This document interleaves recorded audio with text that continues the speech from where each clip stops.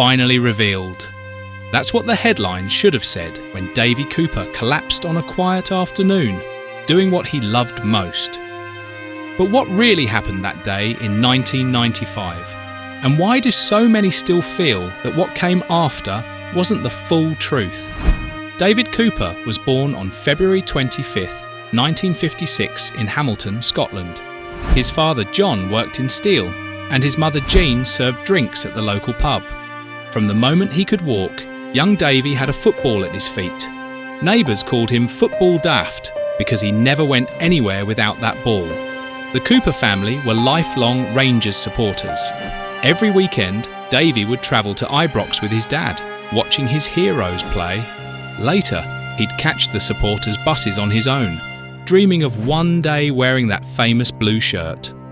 At Beckford Street Primary and then Udston Primary, Davie captained his school team as an inside forward. He led them to victory in the Shinwell Cup youth tournament. When he moved to St John's Grammar School, there was no football team for 3 years. This frustrated the young Cooper so much that family friends Bill and Rose Mackenzie decided to do something about it. They formed a new youth team called Udston United. Davie became one of their first players and helped promote the club around Hamilton. This showed how community support shaped his early career. Later, he joined Hamilton Avondale, a team run by the Noble brothers who owned the local works. While playing for Hamilton Avondale, Davie worked as an apprentice printer for the Noble family. His talent on the pitch was impossible to ignore.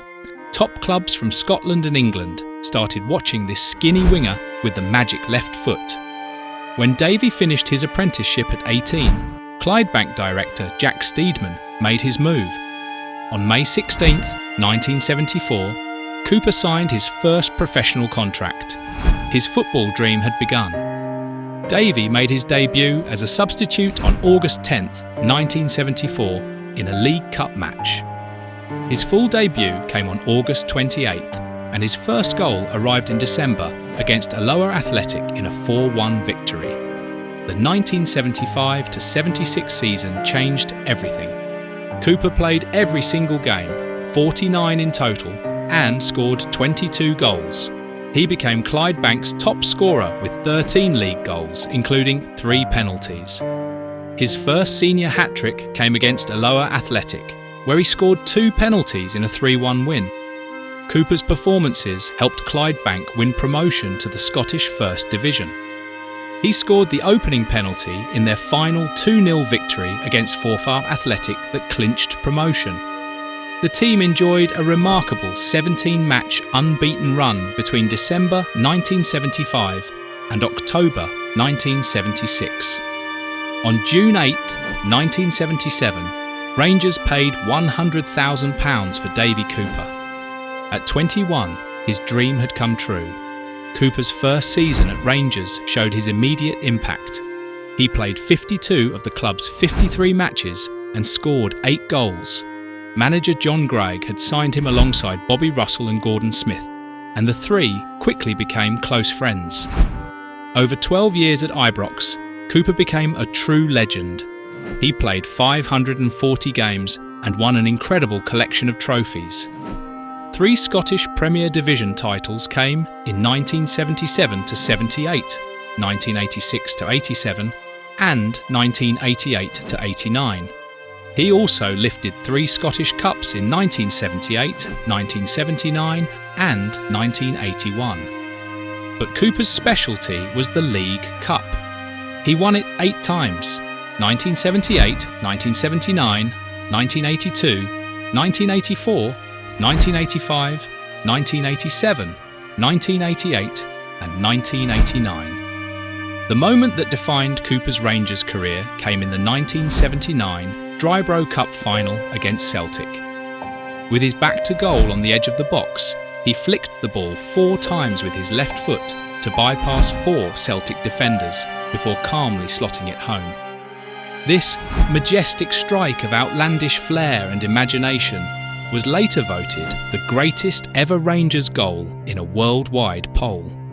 In the 1986-87 season, Cooper scored 8 league goals as Rangers won their first title in 9 years. He delivered the precise cross for Terry Butcher's header that clinched the championship at Pittodrie. Manager Graham Souness said Cooper was as responsible as anybody for that triumph. Cooper's penalty-taking ability became legendary. In the 1986-87 League Cup final against Celtic, he scored the winning penalty. Souness later said, "When I saw Davie walk up and place the ball on the spot, I knew, even before he had kicked it, that we had won the cup." His testimonial match in August 1988 against Girondins de Bordeaux drew over 43,000 spectators, showing how beloved he was by Rangers fans. In August 1989, Tommy McLean signed Cooper for Motherwell for £50,000. Many thought the 33-year-old was finished at the top level. They were completely wrong. Cooper's debut against Kilmarnock saw him set up 3 goals in a 4-1 victory.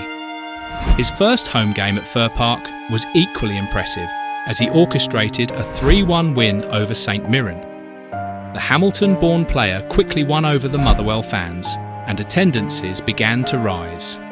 Cooper's greatest achievement at Motherwell was helping them win the 1991 Scottish Cup.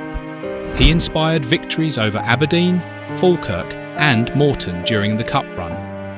Although suspended for the semi-final due to issues with match officials, he returned for the final against Dundee United. Motherwell won 4-3 after extra time, claiming their first major trophy in 39 years. Cooper's presence and experience gave his teammates the confidence they needed to make history.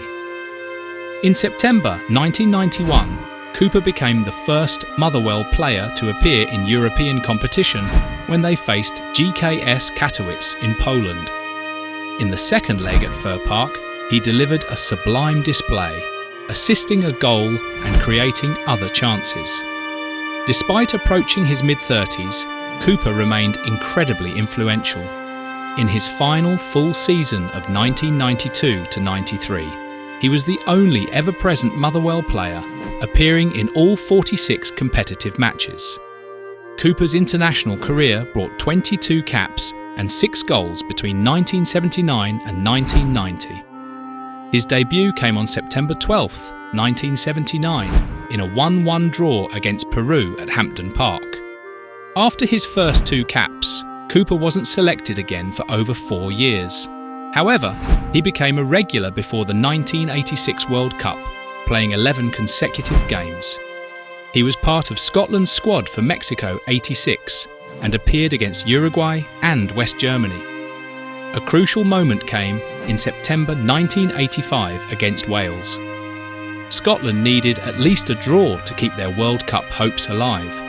Cooper came on as a substitute and scored a vital equalising penalty at Ninian Park. This led to a playoff with Australia, where he also scored in Scotland's 2-0 victory. Cooper was celebrated for his dazzling skills as a winger with a magical left foot. His dribbling could mesmerise opponents, and he possessed a ferocious shot that could change a game in seconds.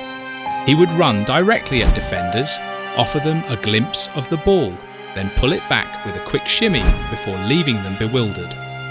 Beyond individual brilliance, Cooper was a master of weighted passes, precision crosses, and dead ball accuracy.